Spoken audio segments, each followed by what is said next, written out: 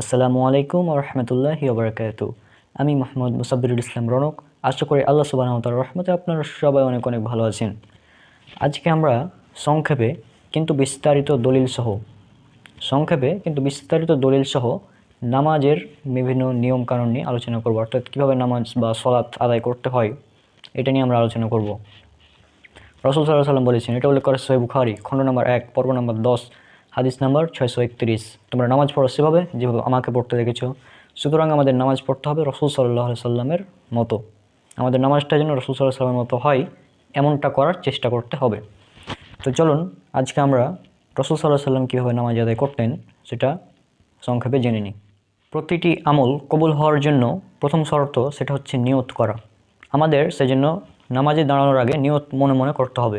এখানে বিশেষভাবে লক্ষণীয় যে আমাদের সমাজে প্রচলিত নামাই তোয়ান বলে যে নিয়ত পড়া হয় সেটা হচ্ছে বিদাত, কিন্তু আমাদের নিয়ত অন্তরে থাকবে, মনে মনে থাকবে, এবং আমরা নিয়ত করব যে যখন যে সওয়ারটা পড়বো সেটা, ঠিক আছে। এবং এটা উল্লেখ করে সহিহ বুখারী খণ্ড নম্বর 1 পর্ব নম্বর 1 হাদিস নম্বর 1, অর্থাৎ সহিহ বুখারীর প্রথম হাদিস হচ্ছে নিয়ত সম্পর্কে, যে নিয়ত করতে হবে।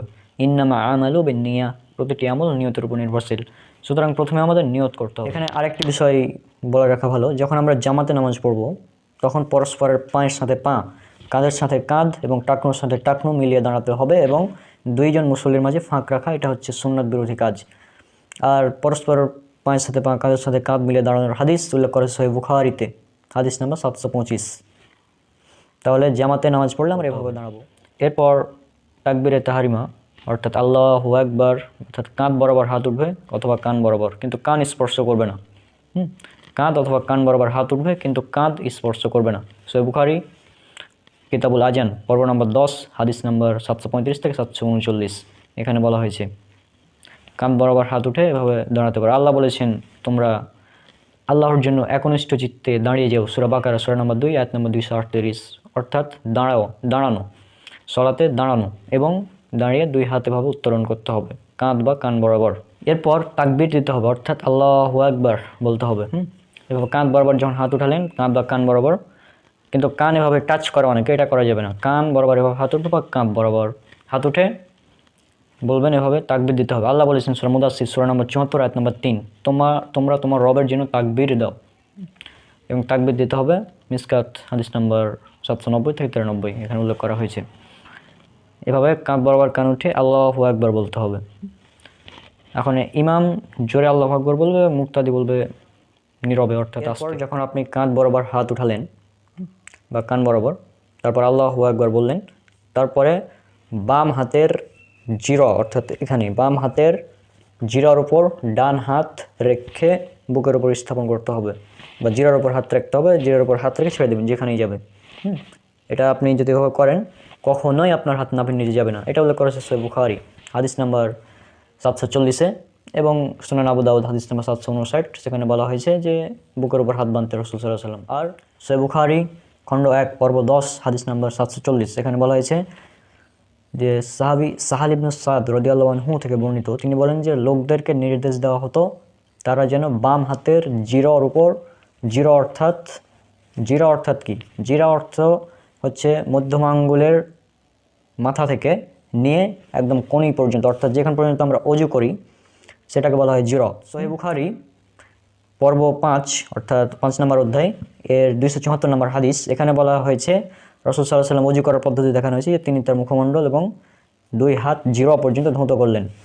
অর্থাৎ ওযুতে যেখান পর্যন্ত হাত ধৌত করতে হয় সেটা হচ্ছে বুখারীর 274 নম্বর হাদিস, যে জিরা পর্যন্ত, অর্থাৎ এখান পর্যন্ত। সুতরাং আমরা যেখান পর্যন্ত ওযুতে হাত ধৌত করি সেখান পর্যন্ত হাত বাঁধতে হবে। আর জিরা শব্দের অর্থ যেটা বললাম মধ্যম আঙ্গুল থেকে নিয়ে কনি পর্যন্ত, এটা উল্লেখ করা আছে আরবি ডিকশনারি মুজামুল ওয়াসিত খণ্ড নম্বর 1 পৃষ্ঠা নম্বর 311। এছাড়া আরও অনেকগুলো জায়গাতে উল্লেখ করা হয়েছে। তো আপনি যদি এখানে বলেন যে জিরা মানে তো মধ্যম আঙ্গুল থেকে নিয়ে কনি পর্যন্ত, তাহলে আমরা তো যে কোনো জায়গায় বাঁধতে পারি, এখানেও বাঁধতে পারি, এখানেও, হ্যাঁ। কিন্তু সহিহ বুখারীর যে 274 নম্বর হাদিস, সেখানে যে বলা হয়েছে রাসূল সাল্লাল্লাহু আলাইহি ওয়াসাল্লাম জিরা পর্যন্ত হাত ধৌত করতেন ওযু করার সময়, তাহলে কি বলবেন? ওযু যদি আমরা এখান থেকে হাত দিই তাহলে ওযু হয়ে যাবে? তাহলে কিন্তু আমাদের ওযু হবে না। তো সেরকমই এই জিরা শব্দ দ্বারা বোঝা যায় যে হাত বাঁধতে হবে জিরার উপরে, অর্থাৎ এখানে বেঁধে আপনি ছেড়ে দেন। কোথায় রাখবেন সেটা হাদিসে এখানে বলা নাই, তবে আবু দাউদে বলা হয়েছে বুকের উপর। সুনান আবু দাউদ হাদিস নাম্বার 759। আর একটা বিষয়, আপনি যখন এভাবে হাত বাঁধবেন তখন এই হাত কখনোই নাভির নিচে যাবে না। আর নাভির নিচে হাত বাঁধার ব্যাপারে বর্ণিত যতগুলো হাদিস রয়েছে সবগুলো হচ্ছে জয়ীফ, এবং আমি ইনশাল্লাহ এই বিষয়ে একটি ভিডিও বানাবো। আর দর্শে তিরমিজি 2 নম্বর খণ্ড পৃষ্ঠা নম্বর 20 এখানে উল্লেখ করা হয়েছে ইমাম শাফিঈ রাহিমাহুল্লাহ এর মতে বুকের উপর হাত বাঁধা হচ্ছে সুন্নাত। সুতরাং আর আপনারা জানেন আমি ইমাম শাফিঈকে ফলো করি কারণ ইমাম শাফিঈর মাযহাবটা হচ্ছে সর্বাধিক বিশুদ্ধ মনে করি। ইমাম হাম্বলি, আহমদ ইবনে হাম্বল এবং শাফিঈ তাদের উভয়ের মাযহাবই সর্বাধিক বিশুদ্ধ। সুতরাং ইমাম শাফিঈর মাযহাব হচ্ছে বুকের উপর হাত বাঁধা, এবং সহিহ বুখারীর যে হাদিস আমরা দেখলাম সেখানেও কিন্তু বাম হাতের চিরার উপর ডান হাত রাখতে হবে।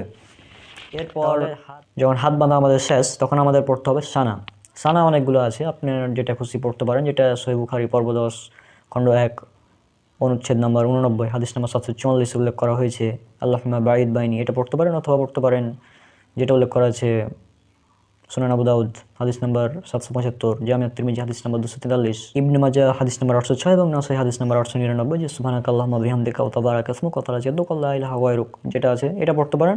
অথবা আল্লাহুম্মা বাঈদ বাইনি বলে যে সানাটা আছে এটা বেশি বিশুদ্ধ, এটা পড়তে পারেন। যেটা খুশি সেটা পড়তে পারেন, কোনো সমস্যা নেই। সানা পড়া শেষ আউযুবিল্লাহ বিসমিল্লাহ বলে সূরা ফাতিহা পাঠ করতে হবে। আর এটা উল্লেখ করা সহিহ বুখারীতে হাদিস নাম্বার 756। একটা বিষয় লক্ষণীয় যে মুসল্লি যখন একাকী হবে অথবা যখন ইমামের সাথে পড়বে ইমামের পিছনে, তখন জোহর এবং আসর সালাতে সূরা ফাতিহার সাথে অন্য 2টি সূরা প্রথম 2 রাকাতে পড়বে এবং পরবর্তী 2 রাকাতে শুধুমাত্র সূরা ফাতিহা পড়বে। এটা উল্লেখ করেছে সুনান নাসাঈ হাদিস নাম্বার 77 এবং 978। এখানে আরেকটি হাদিস পড়ে শোনাচ্ছি, এটা যদি আপনারা বুঝতে পারেন তাহলে হয়ে যাবে ইনশাআল্লাহ। জাবির ইবনে সামুরা রাদিয়াল্লাহু আনহু থেকে বর্ণিত, তিনি বলেন একবার ওমর রাদিয়াল্লাহু আনহু সাদ রাদিয়াল্লাহু আনহুকে বলেন, লোকেরা আপনার প্রতিটি বিষয়ে অভিযোগ করছে, এমনকি আপনি আপনার সালাত সম্পর্কেও। সাদ রাদিয়াল্লাহু আনহু বলেন, আমি সালাতে প্রথম 2 রাকাতে কিরাত দীর্ঘ করি এবং শেষের 2 রাকাতে কেবল সূরা ফাতিহা পাঠ করি। তিনি আরও বলেন, রাসূল সাল্লাল্লাহু আলাইহি ওয়াসাল্লামের পিছনে যেভাবে সালাত আদায় করেছি তার কোনো ব্যতিক্রম আমরা করিনি। ওমর রাদিয়াল্লাহু আনহু বলেন, আপনার ব্যাপারে আমার ধারণাও তাই। হাদিস সুনান আবু দাউদ হাদিস নাম্বার 803।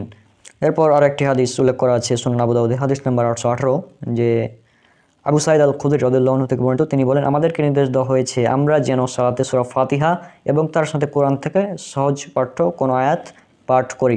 আর একটি হাদিস উল্লেখ করা আছে সুনান ইবনে মাজাতে হাদিস নাম্বার 843, জাবির ইবনে আব্দুল্লাহ রাদিয়াল্লাহু আনহু থেকে বর্ণিত, যে আমরা জোহর ও আসর সালাতের প্রথম 2 রাকাত ইমামের পিছনে সূরা ফাতিহা ও অন্য সূরা এবং শেষ 2 রাকাতে কেবল সূরা ফাতিহা পড়তাম। এখানে আরও একটি বিষয় বলে রাখা ভালো, যেটা জামি আত-তিরমিজিতে উল্লেখ করা আছে হাদিস নাম্বার 311, যে ফজর, মাগরিব এবং এশা যখন ইমাম জোরে কিরাত পড়বে তখন কেবল সূরা ফাতিহা পড়তে হবে এবং পরবর্তীতে কিরাত চুপচাপ শুনতে হবে। আর পরবর্তী রাকাতে শুধু সূরা ফাতিহা, এটা তো জানা ব্যাপার। আর এখানে আরেকটি বিষয় এখন বলি, যে আমাদের সমাজে কিছু মানুষ ইমামের পিছনে সূরা ফাতিহা পড়ে না। এখানে বলে রাখা ভালো যে ইমামের পিছনে সূরা ফাতিহা পড়া এটা হচ্ছে ফরজ, পড়তেই হবে, না পড়লে সালাত হবে না। সহিহ বুখারী খণ্ড নম্বর 1 পর্ব নম্বর 10 কিতাবুল আজান হাদিস 756 এর আগে ইমাম বুখারী যে অনুচ্ছেদ নিয়ে এসেছেন সেটা আপনাদের একবার দেখিয়ে দিচ্ছি আমি। মুকিম অবস্থায় হোক বা সফর অবস্থায় হোক, সশব্দে কিরাতে সলাত হোক বা নিঃশব্দে সব সলাতেই ইমাম ও মুক্তাদির কিরাত পড়া ওয়াজিব। এবং 756 নম্বর হাদিস উবাইদা ইবনে সামিত রাদিয়াল্লাহু আনহু থেকে বর্ণিত, তিনি বলেন, রাসূল সাল্লাল্লাহু আলাইহি ওয়াসাল্লাম বলেছেন, লা সলাতা লিমান লাম ইয়াকরা বিফাতিহাতিল কিতাব, যে ব্যক্তি সলাতে সূরা ফাতিহা পড়লো না তার সলাত হলো না। এখানে অনেকে বলবেন যে এখানে তো ইমামের পিছনে পড়ার কথা নাই। এখানে ভালোভাবে যদি বাক্যটি লক্ষ্য করেন তাহলে আপনারা বুঝতে পারবেন। লা সলাতা মানে কোনো সলাত নেই, নেই ফজর, নেই জোহর, নেই আসর, নেই মাগরিব, নেই এশা, নেই তারাবি, নেই তাহাজ্জুদ, নেই জানাজা, নেই সুন্নাত, নেই নফল, অর্থাৎ কোনো ধরনেরই সলাত হবে না। লা সলাতা কোনো সলাত নেই। লিমান লাম মানে কারো জন্য, হোক সে ইমাম, হোক সে মুক্তাদি, হোক সে একাই পড়ুক বা জামাতে পড়ুক, যেভাবেই পড়ুক, যেখানেই পড়ুক, কারো জন্য নেই।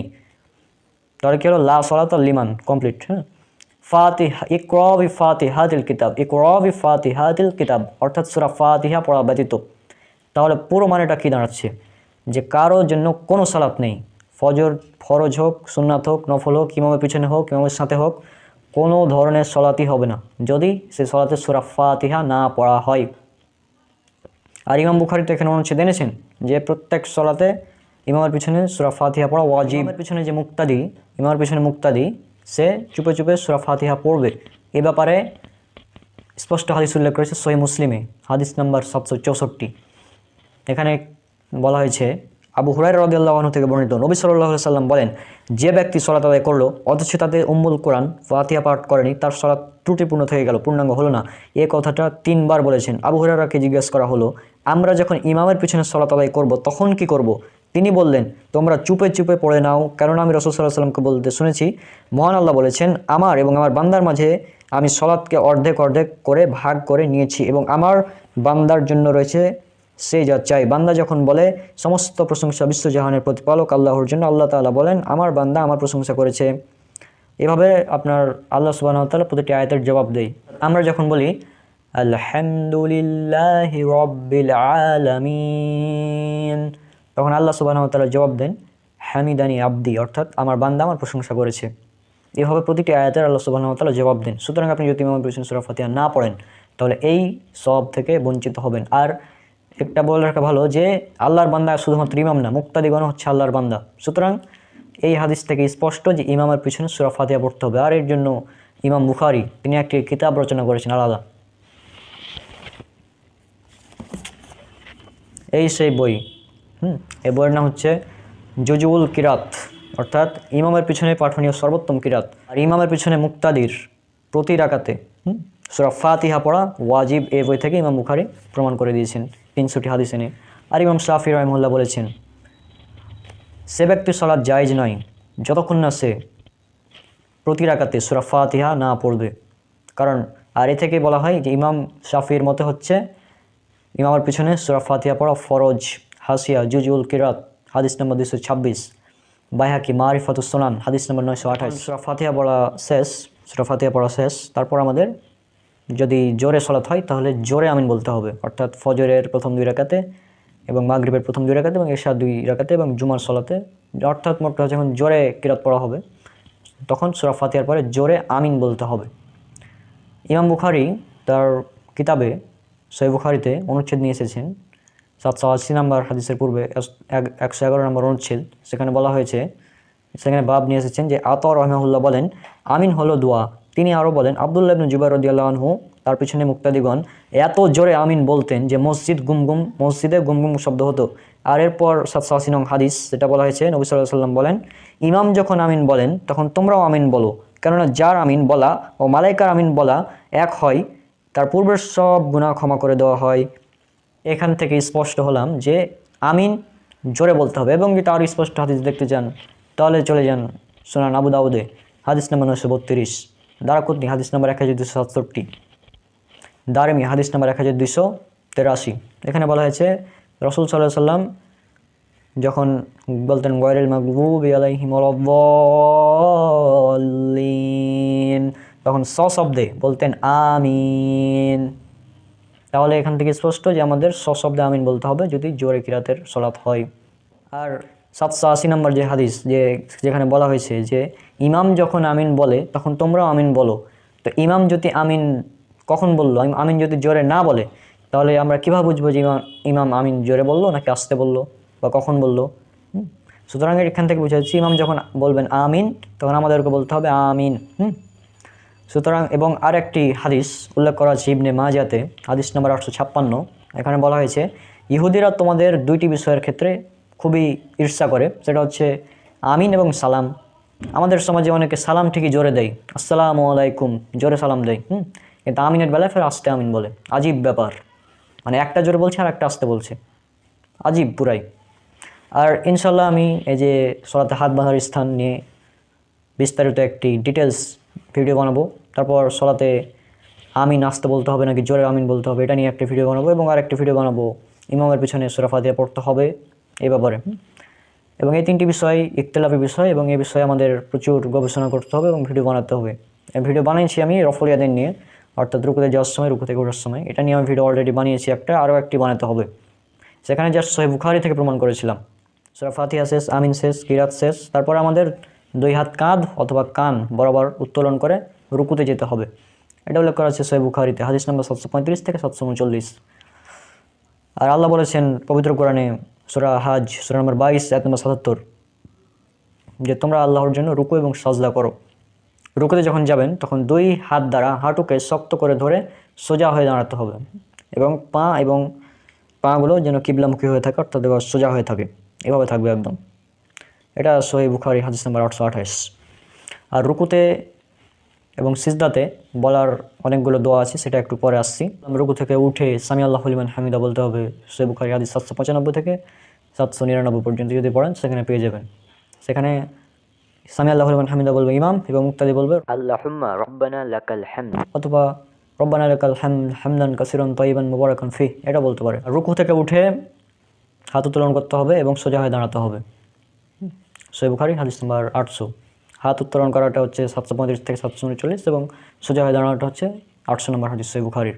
এরপর প্রথমে দুই হাত এবং পরে দুই হাঁটু রেখে তারপরে সিজদাতে যেতে হবে। মিসকাত 899, আবু দাউদ 840 নম্বর হাদিস।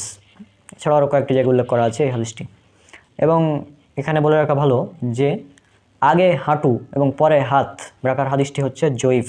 ইবনে মাজাতে উল্লেখ করা আছে আপনার যে হাদিসটা আগে হাঁটু রাখার তারপরে হাত, এবং আবু দাউদ 838 নম্বর হাদিস। এই হাদিসটা হচ্ছে জয়ীফ। জয়ীফ কেন? এই জয়ীফ হাদিস শেখার আগে আমাদের একটি হাদিসের উসুল জানতে হবে। হ্যাঁ, সেটা হচ্ছে আমি স্ক্রিনে দিচ্ছি, আপনারা দেখুন।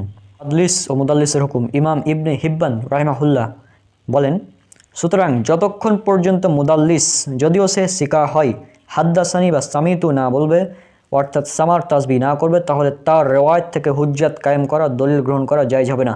আর এটাই হলো আবু আবদুল্লাহ মুহাম্মদ বিন ইদ্রিস আস-সাফঈ রাহিমাহুল্লাহ এর বুনিয়াদি উসুল, এবং এটাই আমাদের উস্তাদগণের উসুল, যেটাতে ওনারা তার অর্থাৎ ইমাম শাফি রাহিমাহুল্লাহর ইত্তেবা করেছেন। কিতাবুল মাজরুহিন 1 নম্বর খণ্ডের 92 পৃষ্ঠা, অন্য নুসখাতে 1 নম্বর খণ্ডে 86 নম্বর পৃষ্ঠা।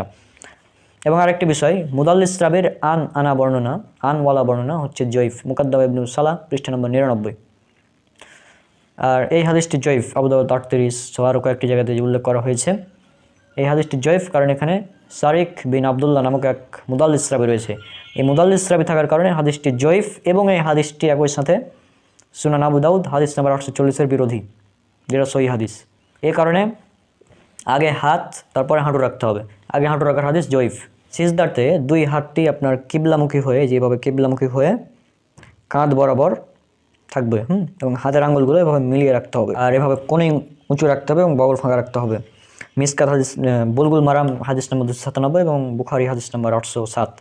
এরপর সিজদা লম্বা হবে এবং পিঠ সোজা থাকবে, যেন নিচ দিয়ে একটি বকরির বাচ্চা যাওয়ার মতো ফাঁকা থাকে। মিসকাত হাদিস নম্বর 890।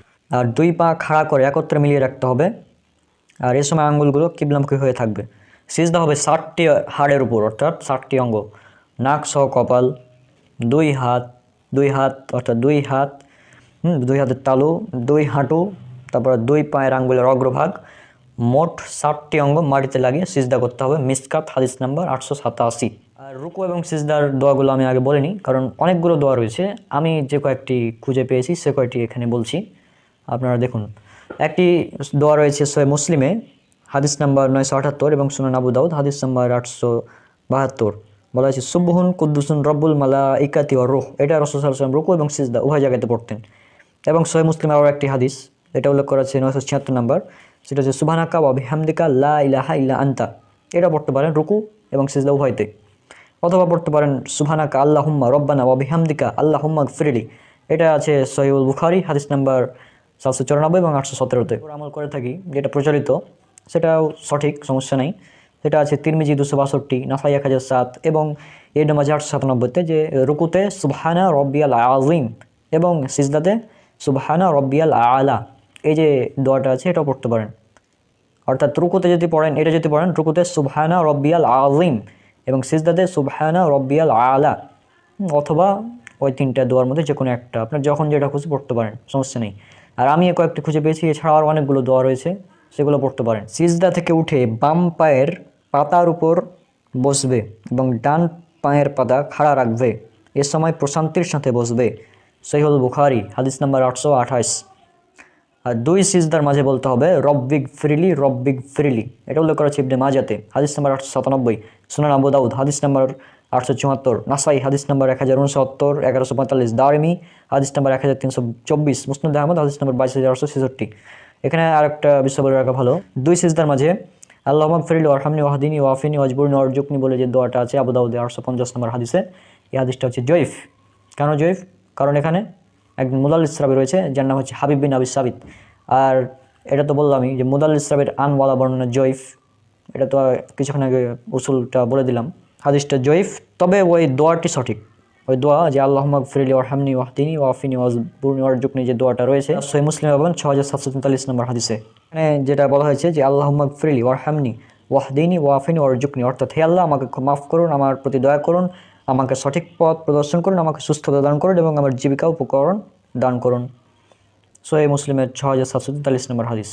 এটা দোয়াটা সঠিক, তবে দুই সিজদার মাঝে পড়া যাবে না, দুই সিজদার মাঝে পড়তে হবে রব্বিক ফিরিলি, যেটা সহিহ হাদিস। দ্বিতীয় ও চতুর্থ রাকাতে দাঁড়ানোর সময় সিজদা থেকে উঠে কিছুক্ষণ বসতে হবে, তারপর উঠতে হবে। বুখারী 823, রাসূল সাল্লাল্লাহু আলাইহি ওয়াসাল্লাম দ্বিতীয় সিজদা হতে মাথা উঠিয়ে সোজা হয়ে না বসে দাঁড়াতেন না, সহিহ বুখারী হাদিস নাম্বার 802। এবং দ্বিতীয় রাকাত শেষ করবেন যখন, দ্বিতীয় রাকাত পরে যদি বৈঠক হয়, যদি 4 রাকাত বিশিষ্ট বা 3 রাকাত বিশিষ্ট সালাত হয়, তাহলে সেখানে কেবল আত্তাহিয়াত পড়বেন। মিসকাত হাদিস নাম্বার 791। আত্তাহিয়াতু যে দোয়া তাশাহুদে পড়ার, এটা দোয়াটা সহিহ এবং এটা সহিহ বুখারীর 831 নম্বর হাদিস। আর প্রথম বৈঠক থেকে সোজা হয়ে দাঁড়িয়ে কাঁধ বা কান বরাবর হাত উঠিয়ে রফুল ইয়াদাইন করবে তাকবীরে তাহরিমার সময়, রুকুতে যাওয়ার সময়, রুকু থেকে ওঠার সময় এবং 2 রাকাত শেষে যখন সালাত আদায় শুরু করবেন তখন 2 হাত উত্তোলন করতে হবে। সহিহ বুখারী হাদিস নাম্বার 739। আর শেষ বৈঠক যদি হয় তাহলে আত্তাহিয়াতু দুরুদ আর দোয়া মাসুরা পড়তে হবে, সহিহ বুখারী হাদিস নাম্বার 835।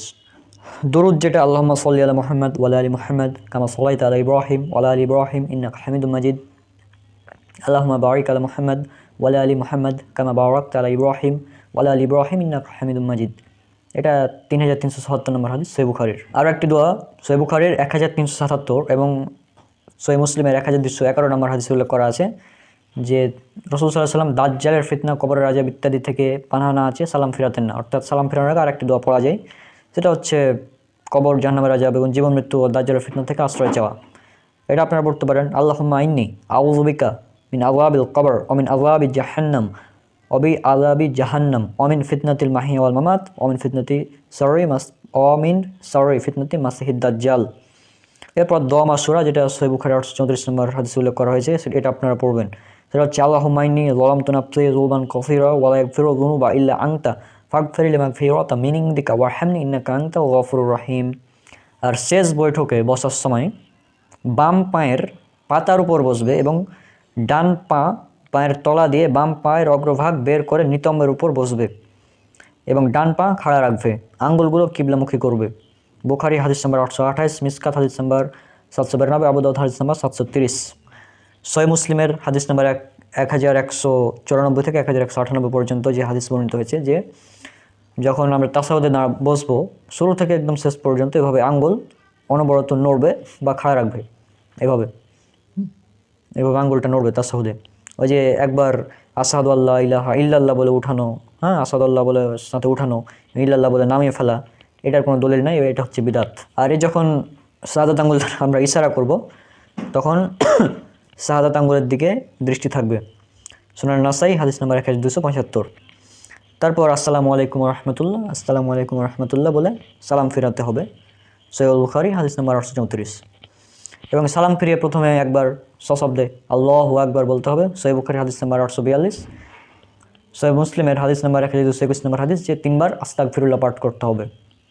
আর একবার আয়াতুল কুরসি এবং হাদিসে বর্ণিত দোয়া, তারপর আয়াতুল কুরসি পড়তে হবে। আয়াতুল কুরসিটা যদি পড়েন তাহলে বলা হয়েছে ফজিলত যে মৃত্যু ব্যতীত জান্নাতে প্রবেশের ক্ষেত্রে আর কিছু বাধা হয়ে থাকে না। বুলগুল মারাম হাদিস নাম্বার 326, সহিহুল জামি হাদিস নাম্বার 6464। আর ফরজ নামাজ শেষে যে সম্মিলিত মোনাজাত করে মানুষ সমাজে, সম্মিলিত মোনাজাত করা হচ্ছে বিদাত। এ ব্যাপারে আমি একটা আলোচনা করেছি, সেটা দেখতে পারেন। আর আপনারা জানেন সুনান নাসাই ইসলামিক ফাউন্ডেশন হাদিস নাম্বার 1578 বলা হয়েছে কুল্লু বিদাতিন দলালা ও কুল্লু দলালাতিন ফিন্নার, প্রত্যেক বিদাতি হচ্ছে গুমরাহি এবং প্রত্যেক গুমরাহির পরিণাম জাহান্নাম। কাজে আমাদের প্রত্যেক বিদাত থেকে সতর্ক থাকতে হবে। তাহলে আজকে আমি চেষ্টা করলাম সংক্ষেপে আপনাদের সালাত কীভাবে পড়তে হয় সেটা বলার। আর আল্লাহ বলেছেন পবিত্র কোরআনের সূরা নাহল সূরা নম্বর 16 আয়াত নম্বর 82, অতঃপর যদি তারা মুখ ফিরিয়ে নেয় তাহলে তোমার দায়িত্ব কেবল সুস্পষ্টভাবে বাণী পৌঁছে দেওয়া। রাসূল সাল্লাল্লাহু আলাইহি ওয়াসাল্লাম বলেছেন, উল্লেখ করা আছে সহিহুল বুখারীতে হাদিস নাম্বার 3461, প্রচার করো যদি একটি মাত্র আয়াত হয়। অর্থাৎ আমি আমার দায়িত্বটা পালন করো, আমি যা জানি সেটা আমি জাস্ট পৌঁছে দিচ্ছি। আর রাসূল সাল্লাল্লাহু আলাইহি ওয়াসাল্লাম বলেছেন, যে ব্যক্তি ইলম বা জ্ঞান গোপন করবে কিয়ামতের দিন তাকে আগুনের লাগাম পরানো হবে। ইবনে হিব্বান, সহিহ ইবনে হিব্বান হাদিস নাম্বার 96।